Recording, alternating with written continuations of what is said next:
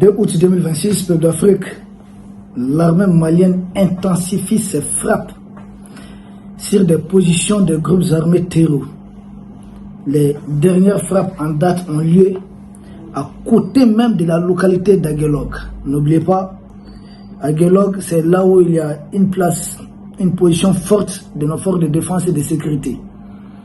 Lors de leur fameuse dernière attaque coordonnée en date du 4 juillet, ils s'étaient essayés à Aguelog aussi, ils avaient perdu beaucoup d'hommes. Puis le 4 juillet, leur cible c'était Anefis. Ils ont fait beaucoup d'attaques, de diversions pour essayer d'éparpiller nos efforts, notre capacité de réaction, essayer de saturer nos renforts et autres. Mais en réalité, c'est Anefis qu'ils visaient. Parce qu'Anefis allait leur ouvrir la voie directement des Gao. Mais ils ont échoué. En essayant de s'implanter au niveau de Tabriche et Tabakort, et même là, ils ont échoué. Peuple d'Afrique, c'était avant Aguelog Tessalit. L'armée malienne, parce que comme l'avait dit notre chef d'état-major, on s'était replié de 2 localités pour permettre à ces gens qui aiment se terrer dans les trous de sortir au grand jour. Et si vous constatez depuis là, sur Kidal, sur Tessalit et sur Tenzawaten, il y a des frappes sans cesse. Et ils ont appelé au secours leur fameuse ONG, comment on appelle ça? Human Rights, c'est ça. Pour dire, ah non, l'armée malienne est en train d'atteindre les civils. Non, ce sont des cibles militaires. Nos missiles sont très bien précis. Et nous sommes en train d'atteindre les cibles. Ce n'est pas des civils. D'ailleurs, les terroristes là, c'est un civil armé. Ou bien, les terroristes, c'est pas un civil armé. Il ne s'agit pas des militaires voilà, qui appartiennent à une armée régulière. Ah non.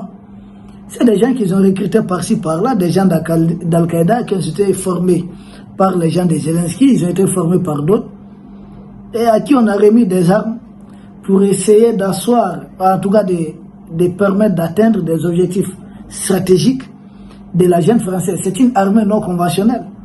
Mais il reste quand même des civils armés, des gens à qui on a donné, des civils qu'on a formés ou qu'on a transformés en GAT, en groupes armés terroristes, et ils ont essayé d'organiser, structurer. Ils les ont dotés des armes lourdes même souvent. Donc, et ce qui est bizarre là, ces gens-là créent une guerre. L'impérialisme de la junte française.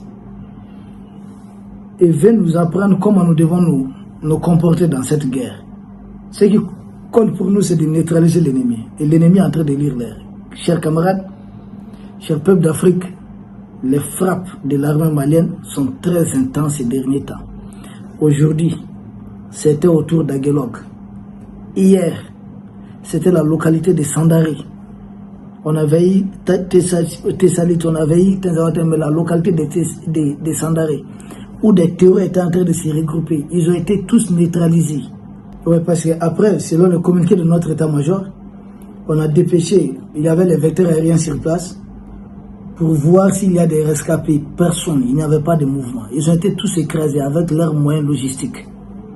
Ça, c'est non loin de la ville de Sandari.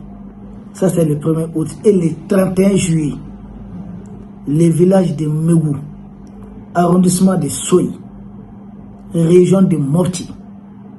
Oui, là aussi, beaucoup de terreurs ont été neutralisés. C'est pourquoi je vous dis, les frappes de l'armée malienne sont très très intenses ces derniers jours. Parce que la région de Mopti, c'est là-bas qu'ils essaient de s'organiser, de se coordonner généralement pour essayer d'attaquer Sévaré, qui est l'une de nos places fortes. Jusque-là, ils ont échoué. Ça ne va pas marcher. Et les frappes continuent. Il n'y a pas longtemps, toujours dans les mêmes secteurs, à Boulkessi, beaucoup de terreurs ont été neutralisés encore. Et ça va continuer, les peuples d'Afrique. Et je vous assure que le 30 juillet, là on quitte le 31 juillet, c'était des terreurs neutralisés à Banyangara, à côté de la ville de Banyangara, à Doro, à Kwakrou. Partout. Tout ça, ce sont des frappes aériennes. Les frappes sont très intenses. Ils sont en train de lire l'air. Ils n'ont pas dit que nous avons des armes nucléaires. J'ai dit nous n'avons pas ça. Ils ont cru qu'il s'agissait d'une bombe atomique. Et ils ont tantôt aussi dit qu'on avait des armes à sous-munitions. J'ai dit bon, il s'agit des terreurs. Je ne sais pas si les États-Unis s'étaient réservés à attaquer des groupes armés terroristes. Il s'agit des terreurs qui sont en train d'endeuiller nos populations civiles. Des terreurs que la jeune française envoie attaquer exclusivement presque des cibles civiles. Et ce sont ces terreurs que nous sommes en train de neutraliser. Donc à la guerre comme à la guerre. Peuple d'Afrique, bravo à nos femmes. J'ai vu certains communicants des groupes armés terroristes dire, publier certaines maisons. Ah, c'est des maisons de... J'ai dit non, non, là-bas, là, ça abritait des terreaux. Des terreaux. Partout, vous voyez que... Parce que pour frapper, là, c'est d'abord les renseignements humains, très précis. Nos vecteurs aériens prennent tout leur temps. Vous avez vu, il n'y a même pas longtemps, nous avons acheté 4 ou 6 drones à Kinshasa. Ajouté à d'autres drones, on a combien de types de drones actuellement? C'est pas à moi de tout citer. Nous avons tellement de types de drones. Et ces opérations continuent. Nous disons bravo à notre armée. Tous les jours, des terreurs sont neutralisés. Tous les jours. D'après les informations qui remontent du terrain. Tous les jours, nous neutralisons ces barbares-là. Ces gens qui pensent vivre au Moyen-Âge. Des vrais bandits, quoi. Peuple d'Afrique, bravo à nos forces de défense et de sécurité. Je ne serais quitté sans lancer un appel à nos autorités. Parce que nous avons suivi un communiqué, en tout cas qui a été diffusé par un de nos services. Oui, EDEM, c'est l'énergie du Mali. Nous avons vu un communiqué. Parce que ces derniers temps, l'électricité, c'était ici 24 heures sur 24, dans plusieurs villes du Mali. On souhaite que cela soit le cas partout au Mali. Donc on était sur un très bon tempo, sur une très bonne lancée. Tout d'un coup, il y a certaines difficultés qui apparaissent. Et c'est là que l'EDEM, que je félicite pour ce communiqué très rapide, au passage, informe qu'il y a eu un incident sur une des lignes qui transporte l'électricité. Et s'il y a un incident, et que EDEM est en train de chercher à localiser. Est-ce que vous comprenez? Nous sommes en guerre. La jeune française qui a eu à diriger nos pays, d'une manière indirectement, connaît un peu nos lignes électriques et autres. Nous ne savons pas si la jeune française est impliquée. Nous appelons les autorités à, si jamais l'endroit est localisé, où il y a eu cet incident, il faudrait voir si c'est un acte criminel, si c'est vraiment orchestré, et si c'est le cas, il faudrait une enquête.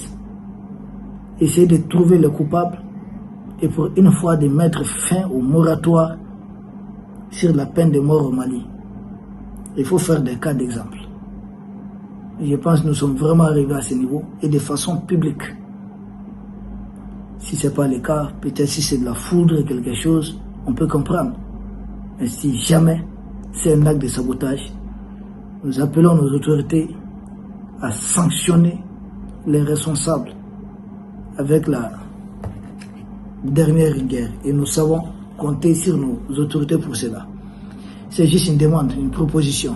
Nous saluons nos autorités, le voyant général Assimi Goïta est salué et toute son équipe. Peuple d'Afrique, le Mali, les choses avancent bien.